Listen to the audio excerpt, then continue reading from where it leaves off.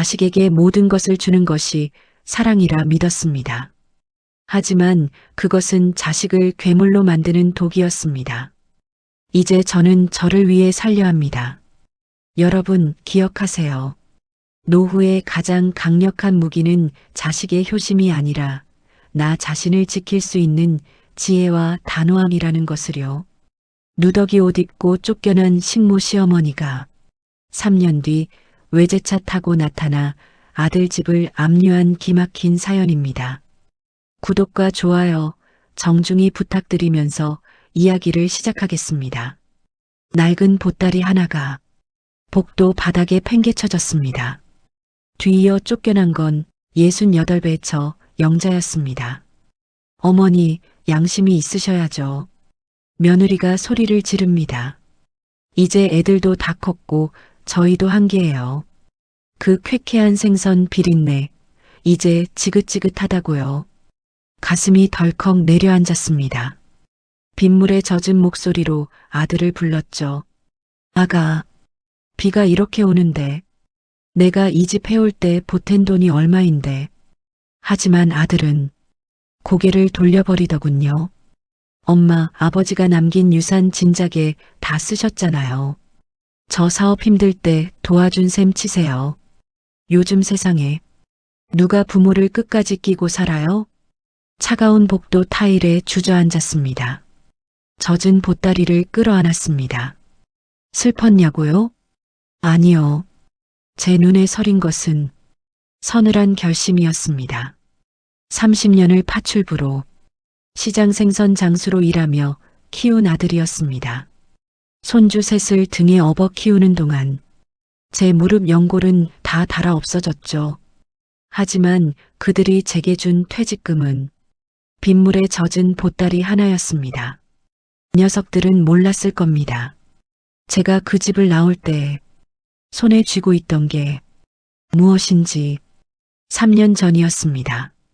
땀을 뻘뻘 흘리며 12첩 반상을 차렸죠. 며느리는 소파에 누워 휴대폰만 보고 아들은 옷도 안 벗고 식탁에 앉더군요. 어머니, 갈비찜이 좀 질기네요. 애들 학원비 많이 드니까 반찬값 좀 줄이세요. 서러움이 올라왔지만 참았습니다. 그래, 미안하다.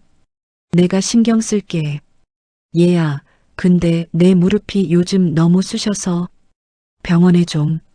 말이 끝나기도 전에 아들이 말을 자릅니다.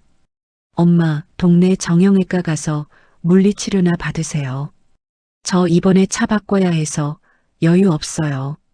제 수술비보다 아들의 외제차 할부금이 우선인 현실. 저는 부엌 구석에서 식은 밥에 물을 말아 멸치 한 마리와 함께 넘겼습니다. 어느 주말이었습니다. 며느리 친정 식구들이 왔죠. 저는 앞치마를 두르고 쉬지 않고 움직였습니다. 그런데 안사돈이 그러더군요. 사돈 어른은 여전히 부지런하시네. 우리 집 가사도우미보다 일을 더 잘하시는 것 같아. 그때 들린 며느리의 웃음소리. 어휴, 엄마 말도 마요. 공짠데 이 정도는 해야죠. 대신 제가 옷이랑 먹을 거 다 챙겨드리잖아요. 며느리가 준 옷은 구멍난 티셔츠와 유행 지난 외투뿐이었습니다. 가슴을 부여잡으며 참아온 눈물을 삼켰습니다. 쫓겨나기 일주일 전이었습니다. 밤중에 물을 마시러 나왔다가 아들 부부의 대화를 듣게 됐죠. 어머니 명의로 된 그 시골 땅 개발된다는 소문이 있어. 그거 팔면 우리 강남으로 이사 갈 수 있단 말이야. 아들의 목소리는 탐욕에 젖어 있었습니다. 근데 어머니가 절대 안 파신다며? 일단 집에서 내보내야 기가 꺾이실 거야. 모질게 굴어서 제 발로 나가게 만들자. 문 밖에서 듣고 있던 제 손이 떨렸습니다.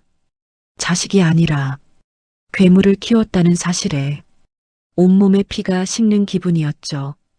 비에 젖은 제가 찾아간 곳은 허름한 법률 사무소였습니다. 그곳엔 제가 시장에서 장사할 때 등록금을 대주며 키웠던 진석이가 있었죠. 어머니, 이 꼴이 대체 어찌된 일입니까? 저는 보따리 깊숙한 곳에서 낡은 통장과 인감도장, 등기권리증을 꺼냈습니다. 진서가, 이제 때가 된 것 같다. 내 자식들이 내 영혼까지 팔아치우려 하는구나. 내가 가진 모든 것을 사용해라. 단 하나도 남기지 말고. 그 땅은 신도시 개발 확정지였습니다. 가치가 수백억에 달하는 노른자위였죠. 2년 뒤 아들의 사업체는 파산 직전에 몰렸습니다. 며느리는 카드 돌려막기로 버티다 결국 집까지 경매에 넘어가게 생겼죠. 여보, 대체 어떻게 된 거야? 우리 집 경매 낙찰받은 사람이 누구래? 그들은 몰랐을 겁니다. 자신들을 파멸로 몰아넣은 보이지 않는 손이 누구인지. 압류 딱지가 붙은 집안. 아들 부부가 초췌하게 앉아 있을 때 현관문이 열렸습니다. 품격 있는 코트를 입은 백발의 여성. 바로 저 영자였습니다. 엄마가 여기 어떻게? 저는 냉정하게 소파에 앉았습니다.